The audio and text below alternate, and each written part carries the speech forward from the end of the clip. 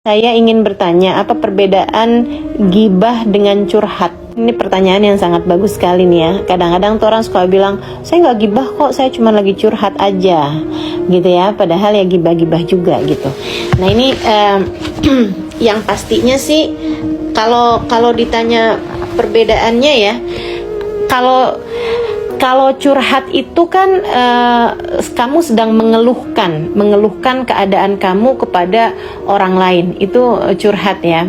Mengeluhkan apa yang terjadi sama kamu kepada orang lain gitu. Dan curhat itu boleh-boleh aja selagi tidak ada unsur ghibah di situ.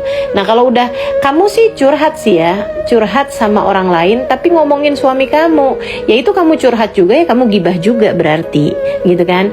Nah, kalau ghibah itu definisinya lebih jelas ya. Nabi Muhammad SAW menyampaikan tentang definisi ghibah, "Dzikrok akhakal muslim bima yakrah."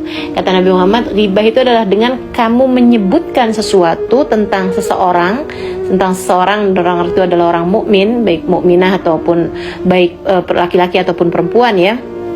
Bima yakrah, dengan sesuatu yang dia nggak senang kalau dia dengar. Kalau dia dengar dia nggak senang, itu artinya ghibah gitu. Seorang sahabat nanya nih, ya Rasulullah, bagaimana kalau yang disebutkan itu adalah sesuatu yang memang benar ada sama dia? Misalnya gitu ya. Maaf nih teman-teman, orang jelek, walaupun dia tahu dia jelek, tapi dia nggak senang kalau dibilang jelek. Kan begitu tuh, gitu ya.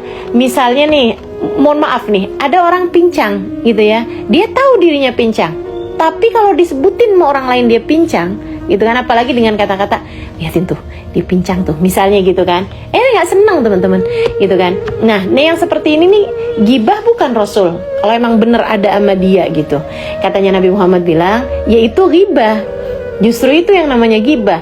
Kalau misalnya tidak ada pada orang tersebut, itu namanya udah bukan lagi ghibah, tapi buhtan, kata Nabi. Buhtan itu artinya fitnah gitu kan. Kalau udah ngomongin orang, sesuatu yang nggak ada sama orang tersebut, ngejelekin orang, sesuatu yang orang itu nggak kayak begitu tuh, itu namanya udah bukan lagi ghibah. Akan tetapi sudah jatuhnya fitnah. Dan kita tahu kan, fitnah itu bahkan lebih kejam daripada pembunuhan. Wal fitnatu asyaddu minal qatl. Pembunuhan teman-teman lebih kejam daripada pembunuhan, karena pembunuhannya itu udah bukan lagi pembunuhan secara fisik, akan tapi pembunuhan secara mental, membunuh mental orang tersebut sehingga orang tersebut kan jadi pembunuhan image, pembunuhan karakter ya, orang itu jadi jelek gitu kan secara karakternya gitu. Nah ini teman-teman saya sekalian, itu yang namanya ghibah dan itu yang namanya curhat ya. Itu juga saya sampaikan tadi juga fitnah gitu. Jadi kamu tinggal lihat-lihat tuh gitu. Kadang-kadang dalam curhat itu juga ada ghibah gitu ya. Dan dalam ghibah itu juga kadang-kadang tujuannya bisa jadi juga curhat gitu. Nah, apakah hukumnya nih? Kalau ghibah tentu saja haram. Sementara kalau curhat itu bisa jadi tidak haram kalau tidak ada unsur ghibahnya. Nah, kalau ada unsur ghibahnya itu juga bisa halal, teman-teman. Kalau ada muatan untuk mencari hukum. Misalnya seorang istri yang nanya gitu, Ustadz atau Ustazah, suami saya tuh dia begini, apakah sudah jatuh talak? Ataukah dengan cara seperti itu sudah boleh bagi saya untuk meminta cerai dari dia, misalnya gitu ya. Nah, itu kan ada muatan hukum yang ditanyakan gitu. Nah, itu kalau yang seperti itu walaupun dia sifatnya curhat karena untuk menanyakan hukum yang memang sangat diperlukan untuk perempuan tersebut gitu ya, maka itu hukumnya diperbolehkan.